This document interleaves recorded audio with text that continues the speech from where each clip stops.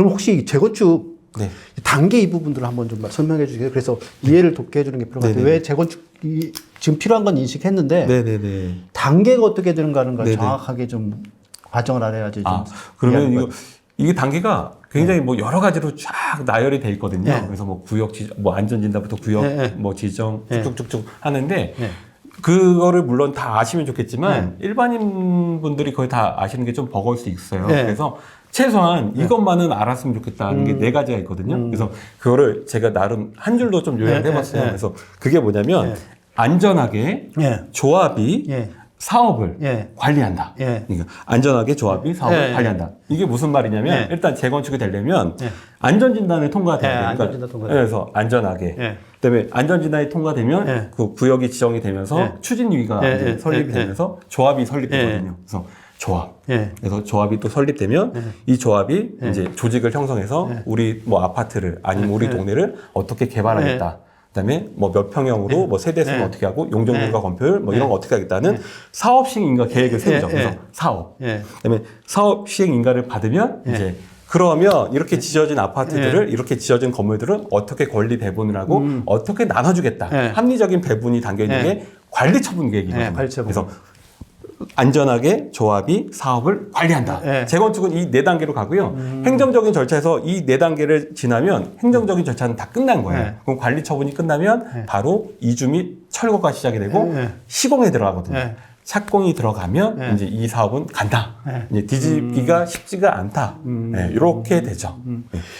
잘 모르시는 분들 위해서 좀 설명을 제가 살짝 좀 더 드리면 이런 것 같아요.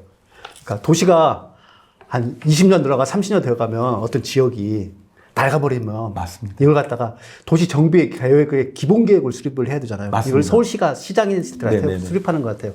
그래서 이 지역은 너무 낡았어. 정비 계획을 세워야 돼 해가지고 계획을 세워가지고 구청에 보내주면 구청에서 이거 가지고서 아마 안전진단을 이렇게 하는 것 같아요. 안전진단 해가지고 이건 문제가 된다 그래서 D나 E가 나오게 되면 D가 E가 되면 정비를 해주는 거예요. 그러니까 도시 정비 개혁 구역으로 지정해 주는 걸 해주고 그러고 나면 이제 그때부터는 조합 추진위원회들이 만들어져서 조합 추진회에서 그때부터 이제 조합을 만들어 가지고 이 사업을 하겠다는 그 주체들이 이제 그때부터 생기는 거죠. 맞습니다. 네네네. 그러니까 조합 추진위원회가 뭘 만나면 조합을 만들기 위한 전 단계. 그렇죠, 그렇죠. 그래서 예비 단계죠. 조합이라는 게 재건축에서는 가장 중요한 키를 가지고 있는 집단이라는 건 맞습니다. 이 말에서만 봐도 그러니까 거기에 딸려 있는 이제 이 조합들이 시행사를 선정하고 아니면 뭐 관리처분 계획을 하고 뭐 이런 절차들을 가져가는 건 조합이 있는 그 조합에서 하는 거기 때문에 조합이 어떻게 설립되느냐가 가장 핵심이 되겠네요. 중요하죠. 그다음에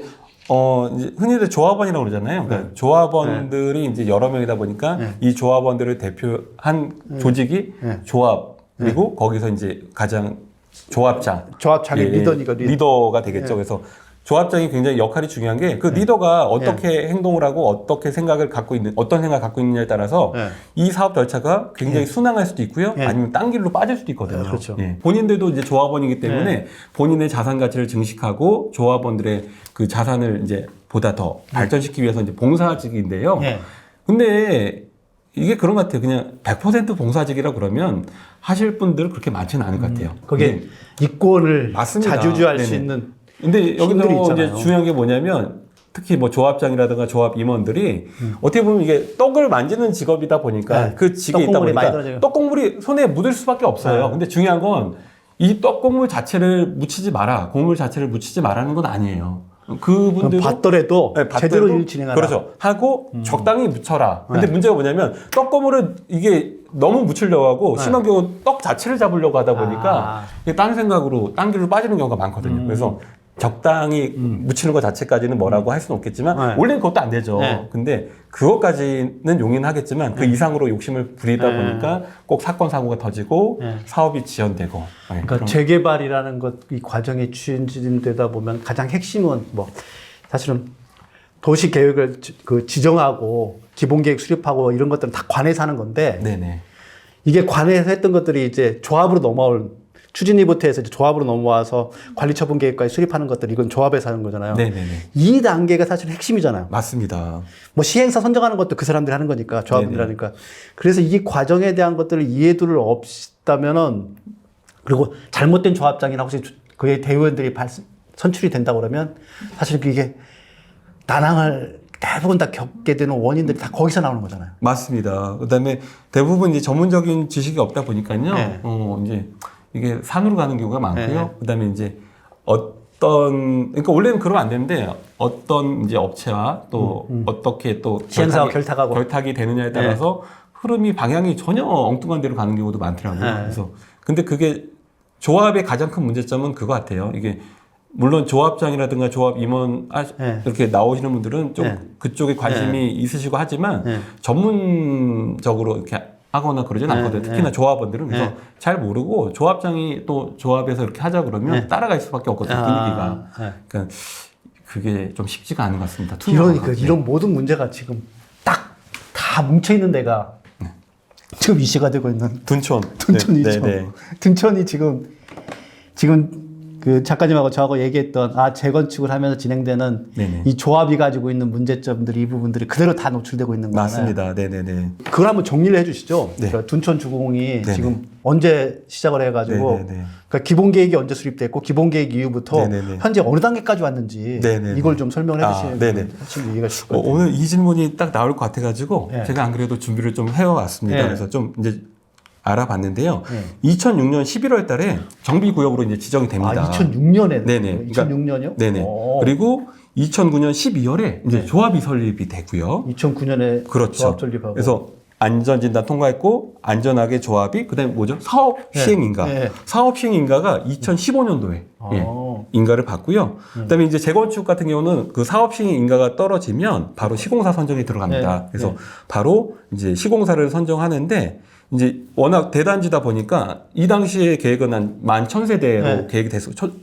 처음에는요. 그래서 현대산업개발, 대우, 롯데 이렇게 4개 건설사가 이제 컨소시엄을 구성해가지고 이제 시공단으로 선정이 됩니다. 근데 11,000세대 공사비로 2조 6천억이 이제 계약이 되죠. 이때가 이제 2016년도고요. 2016년도에 그렇죠. 시행사 선정하고 시행사가 공사비로 2조 6천억. 2조 6천억을 그렇죠. 여기까지 이제 정상적으로 됐고요. 그다음에 이제 사업 시행인가 다음에 관리 처분 이제 끝났죠. 그래서 이제 이주 및 철거가 됐고요. 정상적으로 2019년도에 이제 12월 달에 착공이 들어간다. 착공이 들어갔어요. 드디어. 이제 착공이 2012월에 들어갔네요. 그렇죠. 들어갔는데 이제 여기서부터 약간 이제 일이 꼬이기 시작해요. 여기까지는 굉장히 순조롭게 갔는데 여기까지는 그냥 순조롭게 갔는데 여기까지 무난했습니다. 뭐 별다른 탈이 없었어요. 근데 2020년도에 어떤 일이 있었냐면 시공사와 조합 간에 그 변경 계약을 합니다. 이 변경 계약의 주요 골자는 뭐냐면요.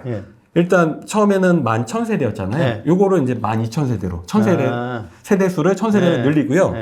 최초 공사비에는 그 상가 건축비가 빠졌는데요. 상가 건물에 대한 건축비가 포함이 됩니다. 현재까지는 2020년에 해서 착공이 들어갔고 그러니까 2012년 착공이 들어갔고 2020년에 변경 계약을 공사비는 변경 계약했고 그래가지고 지금 그 건물이 얼마나 올라간 거예요? 이게 지금 공정률로는 4월 15일 날 지난달 4월 15일 날 공사가 딱 스톱했잖아요. 요때까지가 공정률이 52%입니다. 자, 52%면 보통 공정률이 한 50%가 50% 이 정도일 때면 분양이 대부분 다 일어나지 않나요? 분양이 그러니까 2020년도에 보통 현장은요 착공이 들어가면 골조가 이제 올라가기 시작하면 일반 분양이 들어가거든요. 지금 일반 분양 여기 들어갔나요? 아직 안 들어갔죠. 아직 안 들어갔고 원래 예정은 5월 달, 그러니까 이번 달에 일반 분양 예정이었고 그다음에 23년 내년이거든요. 내년 8월 달에 이제 준공 예정이었거든요. 근데 지금 문제는 여기서 이제 52%의 공정률까지 올라간 상태에서 여기서 지금 멈춰 4월 15일 날 스톱. 이게 이제 현재까지 진행 그래서 지금 20여일이 흘렀습니다. 그래서 여기서 공사 중단하고 그 공정률 52%에서 공사 중단하고 이렇게 된 상태네요. 네, 맞습니다. 그러니까 과정은 잘 왔네요. 2006년부터 해가지고 뭐 기본계획 수립 착공까지는 아주 무난한 FM대로 왔어요. 다 왔다가 문제가 터졌는데 이제 그게 이제 핵심이잖아요. 맞습니다. 왜 이게 이런 일이 벌어졌느냐 이게 그러니까 왜 공사가 중단됐느냐. 이걸 갖다가 이제 네네. 그걸 궁금해하시거든요. 사실은 왜 공사가 중단됐을까? 네네네. 이게 좋게 말하면 네. 그 포장을 해서 말하면 파트너에 대한 신뢰 상실이고요. 네. 이제 좀 직접적으로 직설적으로 얘기하면 네. 돈이죠. 네. 돈은 결국은 이제 공사비 때문에 이제 생긴 건데 네. 이게 조합 측이 드는 이유하고요. 이에 반박하는 시공사의 대립이 네. 팽배해요. 시공사와 조합가의 대립이 지금 팽배하거든요. 네. 근데 그 이유를 들어보면은 조합에서는 이제 자기네는 이거 처음에는 6천억이 이게 이제 11,000세대에서 12,000세대로 1,000세대가 늘어났고 그다음에 상가가 이제 공사에 빠졌는데 포함되면서 6천억이 올라간 거에 대해서 인정을 하지 못하겠다. 인정을 못하는 이유가 뭐냐면은 이게 세 가지가 있는데 우선 첫 번째는 뭐냐면 이 당시에 조합이 지금 조합장하고 임원들이 한번 바뀌었거든요. 최근에. 그러면서 바뀐 조합장이 이거 인정 못한다. 그러면서 이전 조합장의 그거를 우리는 인정 못하고 그 계약은 인정 못하고 계약 변경을 인정 못하겠다. 이거는 그리고 계약 변경이 이게 시점이 또 애매하더라고요. 그렇죠, 그렇죠. 왜냐하면 조합장에서 잘리고 있는 그 회의만이 통과됐는데 진행되고 있는 과정에 과정이 바로 찍어버렸거든요. 찍었다는 거 이거는 뭔가 좀 그렇죠. 미심쩍은 부분이 있긴 있네요. 그러니까 현재 조합장이나 집행부에서는 이걸 인정할 수 없는 이유가 뭐냐면 일단 전 조합원을 속였다는 거예요. 근데 뭘 속였냐면 일반 분양가가 분명히 그 당시에 조합에서는 평당 3,500 정도 이상 간다. 이렇게 얘기를 했단 말이에요. 근데 실제로 허그에서 그 주택도시보증공사, 그러니까 그 분양가를 담당하는 그 허그에서는 이 당시 2,900만 원대 초반을 책정을 했거든요. 그러니까 이거를 속이고 3,500 마치 3,500에 분양할 수 있는 것처럼 그러면 공사비 6천억 정도 올려줘도 우리 분담금은 크게 늘어나지 않는다. 이렇게 이제 얘기가 됐던 거죠. 그러니까 전 조합에 대한 불신임을 가져가는 부분들이 첫 번째 부분은 계약 변경에 대한 도장 찍은 거. 그렇죠. 그리고 찍게 되는 원인을 만들었던 원인 제공이 분양가가 이렇게 받을 수 있는 거 있다고 속였던 거고. 그렇죠. 근데 실상은 2,900선이었다. 이거였던 거죠. 그래서 이거는 우리 조합이 전 집행부한테 속아서 진행된 거다. 그래서 이거를 인정할 수가 없다. 그리고 두 번째는 뭐냐면은 공사비가 6천억이 2조 6천억에서 6천억이 증액돼서 3조 2천억이 됐단 말이에요. 그러면 이게 그 도정법에 보면 도시 및 주거환경정비법에 보면 공사비가 10% 이상 증액이 될 경우에는 한국부동산원에 그러니까 예전에 감정원이었겠죠. 여기에 심의를 받아야 하는데요. 요거 시점도 참 애매해요. 그러니까 이게 조합 총회를 할 때 이미 이 심의 결과가 나왔어야 되는데 심의를 넣고 나서 바로 총회를 한 거예요. 결과가 나오기 전에. 그러니까 이 결과를 받아보지 못한 상태에서 이 총회가 진행됐기 때문에 이거는 절차상 미비다. 이게 이제 두 번째 근거고요. 네, 세 번째 근거는 뭐냐면 공사비가 6천억이 증액됐다는데 이건 맞지가 않다. 왜 맞지가 않냐면 일단 상가 부분 공사비가 1,200억인데요. 요거는 예전에 빠졌으니까 그래 신규로 들어왔으니까 없던 게 들어왔으니까 이건 이해한다. 근데 나머지 뭐 4천억이 넘는 돈은 인정을 할 수가 없는 게 자재들 막 개선시키겠다고 얘기해. 그런 부분도 있고 샤시니 뭐 건설 자재들 마감 자재들 개선하겠다 한데 이걸 근거가 없다. 뭐 근데 그렇죠. 그런 것도 있고 그다음에 1,000세대를 그 세대 수를 늘리게 했지만 계약서를 보면 어떤 내용으로 계약을 했냐면 세대당 얼마로 공사비가 책정이 된 게 아니라 면적당 얼마. 그러니까 전체 공사 면적당 얼마로 공사비가 책정이 돼 있다 계약이. 근데 세대 수가 물론 1,000세대가 는 거는 맞지만 오히려 면적은 줄었다. 이게 무슨 얘기냐면요. 예전에는 중대형 평수 40평대 세대 수가 좀 많았었는데 이 40평대를 좀 많이 줄이고요. 소형 평수로 이제 20평대를 좀 더 늘렸거든요. 그러다 보니까 공사 면적은 줄었지만 세대 수가 늘어난 효과가 있었거든요. 그러니까 11,000에서 12,000세대로 1,000세대가 는 건 맞지만 공사 전체 면적, 공사 면적은 줄었다. 근데 공사비가 어떻게 증액이 되냐? 이건 계약하고 안 맞지 않냐? 그래서 이거를 인정할 수 없다는 게 이제 조합의 가장 큰 이유예요. 조합 측에서는 지금 현 조합이네요. 맞습니다. 현 조합에서는 세 가지를 얘기했나요? 네네네. 이전 조합장이 했던 계약 변경 도장은 인정할 수 없다. 그 인정할 수 없는 이유는 실제로 도정법에서 심의 변경에 대한 절차도 시간상도 애매하고 분양가도 속였다. 분양가도 속였다. 네네네. 이런 부분들 때문에 인정하지 못하겠다. 시공사는 아니다. 맞습니다. 아니다. 우리는 정상적인 계약에서 정상적인 절차에서 그리고 지금 원자재나 이런 것들이 너무 많이 올라가지고 도저히 예전에 2조 6천 가지고는 도저히 불가능하다. 맞습니다. 해봤자 이건 나한테 손해기 때문에 나는 하기 싫다. 네네. 그러니까 이제 시공사에서는 이에 이제 반박하는 게 크게 이제 두 가지로 반박을 하는데 일단은 뭐 너네 말이 맞을 수 있다. 네. 뭐 내부적으로 네. 3천 뭐 2,900이었는데 3,500이었다고 얘기할 수 있다. 근데 그건 내부적인 거고 네. 우리 시공단하고 계약할 때는 네. 그거하고는 별게 아니냐. 네. 우리 정상적으로 조합하고 네. 계약을 진행됐기 때문에 네. 이 계약은 유효다. 네. 너네 이건 내부적인 문제니까 네. 알아서 네. 너네가 내부적으로 해결하고 네. 우리는 변경된 계약을 유효함을 주장할 수밖에 없다. 네. 이게 첫 번째고요. 근데 두 번째는 뭐냐면 네. 조합 너네가 욕심이 너무 많다. 아. 이 얘기거든요. 이 얘기는 뭐냐면 네.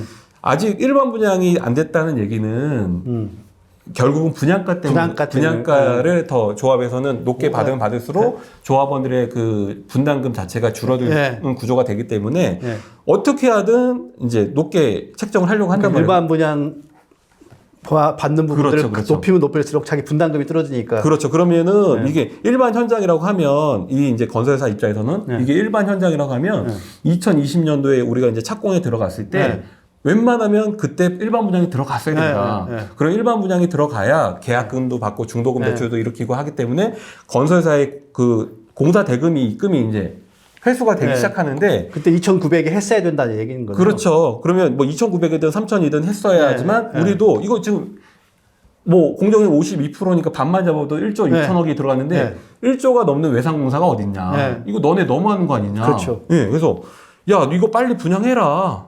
예, 이게 이제 반대 요건으로 대립을 하고 있는 사실 분양계를 가지고서 건설사들은 그걸로 건설 비용을 써야 되니까. 맞습니다. 네네네. 그래서 우리나라가 선분양, 후분양하면 선분양에 대한 것들을 할 수밖에 없었던 이유가 뭐냐면 시공사들이 공사할 수 있는 비용을 갖다 줘야 되잖아요. 맞습니다. 네네네. 그 돈이 결국은 주택 수요자들한테서 받아가지고 그걸 해야지 시공사들이 건설을 할 수 있으니까 그것 때문에 선분양을 했던 건데 네네네.